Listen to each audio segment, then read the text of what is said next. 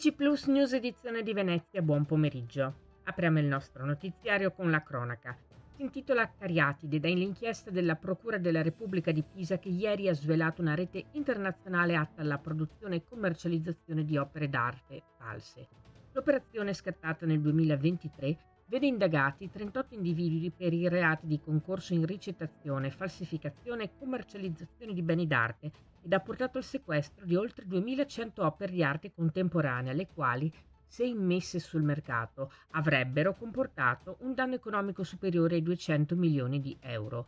Tra le opere d'arte contraffatte ci sono anche 2 cartoni con la firma di Banksy, Dismaland 323D Rat e Dismaland Monkey TNT, esibiti alla mostra all'M9 di Mestre. I carabinieri hanno inoltre individuato il laboratorio veneziano che avrebbe fornito tutti i Banksy falsi esposti da luglio alla mostra Banksy Forever di Cortona. È quanto riportano le testate nazionali e locali. Cambiamo argomento. Il presidente della regione del Veneto, Luca Zaia, accoglie con estremo favore la proposta di dedicare a Giulia Cecchettin e alle problematiche aperte dal suo tragico assassinio un'ora di scuola per l'intero anno scolastico, da inserire nell'ambito dell'educazione civica. Il ministro Valditara ha visto giusto, aggiunge Zaia, e mi auguro davvero che si passi presto ai fatti.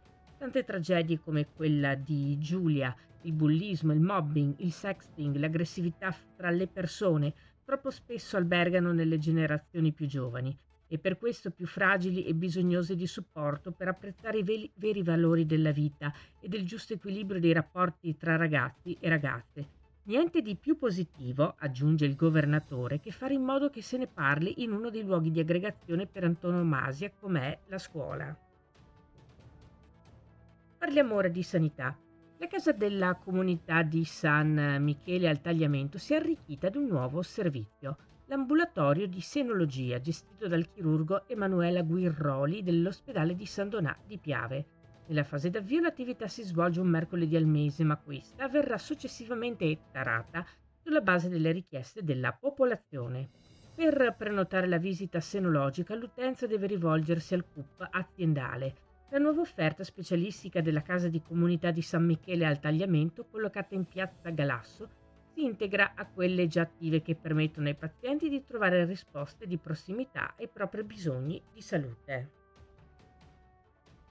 Voltiamo pagina. La città metropolitana di Venezia ha avviato in questi giorni i lavori per la realizzazione della pista ciclopedonale lungo la strada provinciale 30 via Caltana, dall'intersezione con la strada regionale 515 via Nolese in comune di Santa Maria di Sala fino all'intersezione con via Scaltenigo strada provinciale 26 Dolo Mirano in comune di Mirano.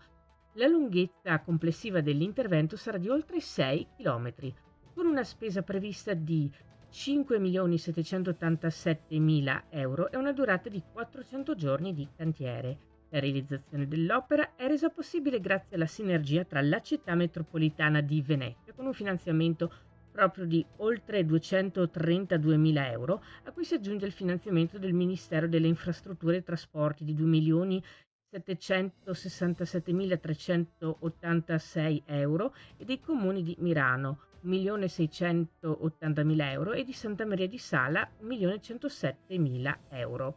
Questa era la nostra ultima notizia. Grazie per essere stati con noi. Arrivederci.